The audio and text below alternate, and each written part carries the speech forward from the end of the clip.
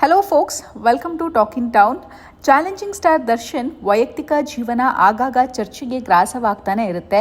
ಇತ್ತೀಚೆಗೆ ನಟಿ ಪವಿತ್ರಾ ಗೌಡ ನಾನು ದರ್ಶನ್ ಜೊತೆಗೆ 10 ವರ್ಷಗಳಿಂದ ರಿಲೇಶನ್ಶಿಪ್ನಲ್ಲಿ ಇದ್ದೀನಿ ಎಂದು ಹೇಳಿದ್ದು ಭಾರಿ ಸುದ್ದಿಯಾಗಿತ್ತು.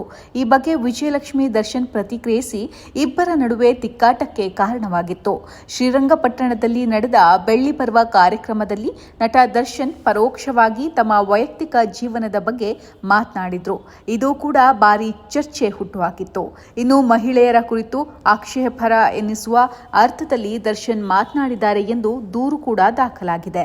ಆದರೆ ಇದಕ್ಕೆಲ್ಲ ನಟ ದರ್ಶನ್ ತಲೆ ಕೆಡಿಸಿಕೊಳ್ತಿಲ್ಲ, ಪ್ರತಿಕ್ರಿಯಿಸುವ ಗೋಜಿಗೂ ಕೂಡ ಹೋಗ್ತಾ ಇಲ್ಲ. ಇನ್ನು ತಮ್ಮ ವೈಯಕ್ತಿಕ ಜೀವನದ ಬಗ್ಗೆ ಇಷ್ಟೆಲ್ಲ ರಂಪಾಟ ನಡೆಯುತ್ತಿದ್ದರೂ ದರ್ಶನ್ ಸೈಲೆಂಟ್ ಆಗಿಯೇ ಇದ್ದಾರೆ. ತಾನಾಯ್ತು, ತಮ್ಮ ಕೆಲಸ ಆಯ್ತು ಅಂದು ಆರಾಮಾಗಿ ಇದ್ದಾರೆ. ಇತ್ತೀಚೆಗೆ ಸ್ನೇಹಿತರ ಬರ್ತ್ಡೇ ಪಾರ್ಟಿಯಲ್ಲಿ ದರ್ಶನ್ ಪತ್ನಿ ವಿಜಯಲಕ್ಷ್ಮಿ ಸಮೇತ ಹಾಜರಾಗಿದ್ದಾರೆ. ಕುಣಿದು ಕುಪ್ಪಳಿಸಿ ಸ್ನೇಹಿತರ ಜೊತೆ ಎಂಜಾಯ್ ಮಾಡಿದ್ದಾರೆ. ಇನ್ನು ಪತ್ನಿ ವಿಜಯಲಕ್ಷ್ಮಿ ಜೊತೆ ವೇದಿಕೆ ಏರಿ ರೊಮ್ಯಾಂಟಿಕ್ ಆಗಿ ಹೆಜ್ಜೆ ಹಾಕಿದ್ದಾರೆ ನಟ ದರ್ಶನ್. ಈ ವಿಡಿಯೋ ಸದ್ಯ ಎಲ್ಲೆಡೆ ವೈರಲ್ ಆಗುತ್ತಿದೆ. ಇನ್ನು ಬಾಸ್ ಅತ್ತಿಗೆ ಡ್ಯಾನ್ಸ್ ಸೂಪರ್ ಎಂದು ಅಭಿಮಾನಿಗಳು ಖುಷಿಯಾಗಿದ್ದಾರೆ. ತಮ್ಮ ಬಗ್ಗೆ ಮಾತನಾಡುವವರಿಗೆ ತಮ್ಮದೇ ಸ್ಟೈಲ್ನಲ್ಲಿ ಬಾಸ್ ಉತ್ತರ ಕೊಡ್ತಾರೆ ಅಂತ ಕಾಮೆಂಟ್ ಮಾಡ್ತಿದ್ದಾರೆ. ಇನ್ನು ದರ್ಶನ್ ಸ್ನೇಹಿತರ ಬರ್ತ್ಡೇ ಪಾರ್ಟಿ ಫೋಟೋಗಳು ಸಖತ್ ವೈರಲ್ ಆಗ್ತಾ ಇವೆ.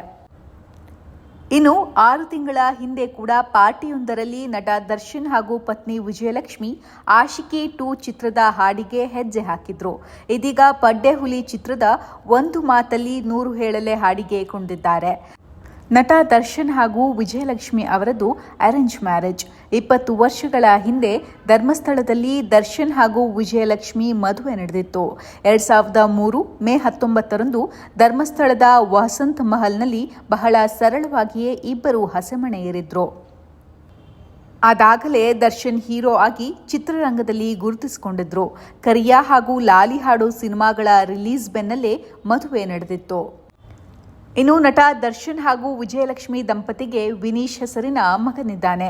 ಆತನನ್ನು ಕೂಡ ಚಿತ್ರರಂಗಕ್ಕೆ ಕರೆತರುವ ಲೆಕ್ಕಾಚಾರದಲ್ಲಿದ್ದಾರೆ ದರ್ಶನ್. ಸದ್ಯ ಹೈಸ್ಕೂಲ್ನಲ್ಲಿ ಓದುತ್ತಿರುವ ವಿನೀಶ್ ಐರಾವತ ಹಾಗೂ ಯಜಮಾನ ಚಿತ್ರದ ಸಣ್ಣ ಝಲಕ್ನಲ್ಲಿ ಕಾಣಿಸಿಕೊಂಡಿದ್ದಾನೆ. ಸದ್ಯ ನಟ ದರ್ಶನ್ ಕಾಟೇರ ಸಿನಿಮಾ ಸಕ್ಸಸ್ನ ಖುಷಿಯಲ್ಲಿದ್ದಾರೆ. ಡಿಸೆಂಬರ್ 29ಕ್ಕೆ ತೆರೆ ಕಂಡಿದ್ದ ಸಿನಿಮಾ ಬ್ಲಾಕ್ ಬಸ್ಟರ್ ಹಿಟ್ ಆಗಿತ್ತು. 200 ಕೋಟಿ ರೂ ಅಧಿಕ ಕಲೆಕ್ಷನ್ ಮಾಡಿರುವುದಾಗಿ ಹೇಳಲಾಗಿತ್ತು. ಈ ಸಿನಿಮಾ ಬಳಿಕ ದರ್ಶನ್ ಡೆವಿಲ್ ಸಿನಿಮಾದಲ್ಲಿ ಬಣ್ಣ ಹಚ್ಚಲಿದ್ದಾರೆ. ಇತ್ತೀಚೆಗೆ ದರ್ಶನ್ ಹುಟ್ಟುಹಬ್ಬದ ಸಂಭ್ರಮದಲ್ಲಿ ಡೆವಿಲ್ ಟೀಸರ್ ಬಿಡುಗಡೆಯಾಗಿ ಸೂಪರ್ ಹಿಟ್ ಆಗಿದೆ. ಜೋಗಿ ಪ್ರೇಮ್ ನಿರ್ದೇಶನದಲ್ಲಿ ದರ್ಶನ್ ಒಂದು ಸಿನಿಮಾ ಮಾಡ್ತಿದ್ದಾರೆ. ಇನ್ನು ಕಾಟೇರ ಕಾಂಬಿನೇಷನ್ ಅಲ್ಲಿ ಸಿಂಧೂರ ಲಕ್ಷ್ಮಣ ಚಿತ್ರಕ್ಕೂ ಗ್ರೀನ್ ಸಿಗ್ನಲ್ ಕೊಟ್ಟಿದ್ದಾರೆ. ಯಜಮಾನ ಹಾಗೂ ಕ್ರಾಂತಿ ಸಿನಿಮಾಗಳನ್ನು ನಿರ್ಮಿಸಿದ ಶೈಲಜಾ ನಾಗ್ ಈ ಚಿತ್ರವನ್ನ ನಿರ್ಮಾಣ ಮಾಡಲಿದ್ದಾರೆ. ಇನ್ನು 4-5 ಸಿನಿಮಾಗಳಲ್ಲಿ ನಟಿಸೋಕೆ ಒಪ್ಪಿಕೊಂಡಿದ್ದಾರೆ ನಟ ದರ್ಶನ್.